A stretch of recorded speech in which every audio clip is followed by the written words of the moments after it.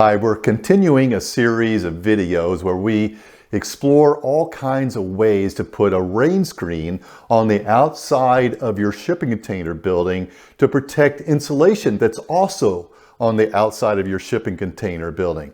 What's a Rainscreen, you ask?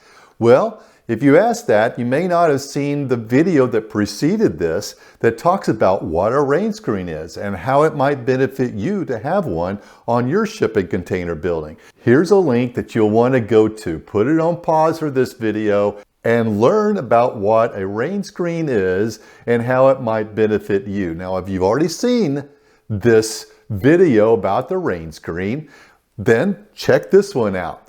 This video is going to explore how you can build a Rainscreen with insulation on the outside of your shipping container building while furring out the space for the water to trickle behind the siding, which would be the Rainscreen, and furring it with wooden fur strips. Let's go look at some drawings I did to better illustrate how you can build a Rainscreen with wood furring strips. Now, this solution might be a little bit easier for you to do compared to some of the other type of furring strips and furring systems that you'll see in this series of Rainscreen designs. So let me share this one with you here. And by the way, if you haven't seen those other designs, be sure to check them out so you can compare the other ones to this more simpler one. We will have a video following all of this that brings it all together to talk about the pros and cons of all the types that we're discussing, but you might want to get a preview anyway.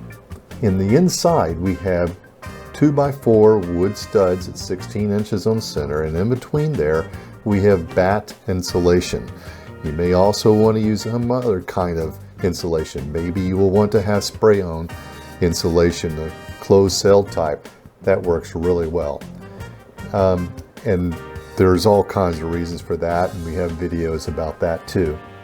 Now, this blue here is the outside face of the corrugated part of the shipping container. Now we're showing some nailers. Those nailers are made with 2x6s, and they're beveled so they'll fit in between the flutes of the shipping container walls. And it's best to make sure that these bevels are cut where it'll allow for one side of this 2x4 to be flush against the back side of this flute towards the inside direction of this container, and then the outside face of this brown blocky floor should be flush to the outside face of the flute, so you'll have a nice flat surface that is all coplanar with the flutes. The flutes and the outside of this blocking will need to be flush so that whatever you stack on top of it will also hit flush against it. Then on the outside of this nailer, we are showing a zip insulation board, and it's a zip system. The zip system is a really common, uses sheathing, and what we're showing here has some insulation already part of that, so it's going to add more R value into your building. Then on the outside of the zip system, we're showing a 2-inch rigid insulation, just to add a little bit more R value. This is a photograph I took at the Home Depot. 2 inches of rigid insulation will give you around an R10 value. And that's on top of the R value you're getting already from the zip insulation system. Then on top of the rigid insulation, we're putting 2x6 wood furring strips. The flutes, the spacing of the flutes is not exactly 24 inches on center or 16 inches on center. It's going to vary, but it's probably around 22 inches on center. And so with these 2x6 wood furrings, they're going to need to be aligned up with the nailers that we beveled and put in between these flutes, and therefore it's not going to be the conventional 16 on center or 24 inches on center. And what that also means is that there may be a little waste when you're having to cut some of these layers of insulation in between the nailers and this furring strip.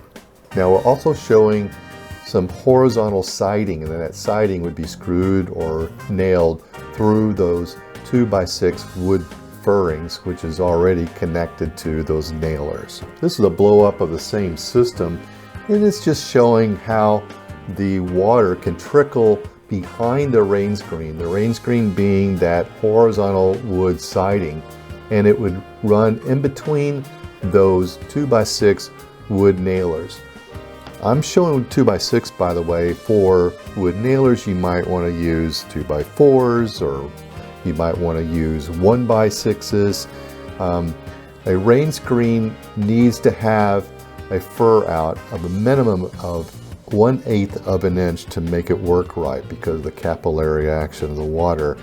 You don't want it to be a smaller space than 1/8 of an inch. So 1x6 would be just fine. That'll give you a 3/4 inch space, or 2x6 might work even better. And you also want to keep in mind of how far out you want to build from the outside face of your shipping container. And you don't want to encroach on any kind of setbacks and things like that that the building has to be placed behind according to your zoning laws. So it's a pretty simple process, right? Using the furring strips made of wood. Does that look like something that you'd want to do? Well, check out some of the others that we also have already talked about, using not only wood for furring strips, but also metal hat channels for a furring strip behind the Rainscreen.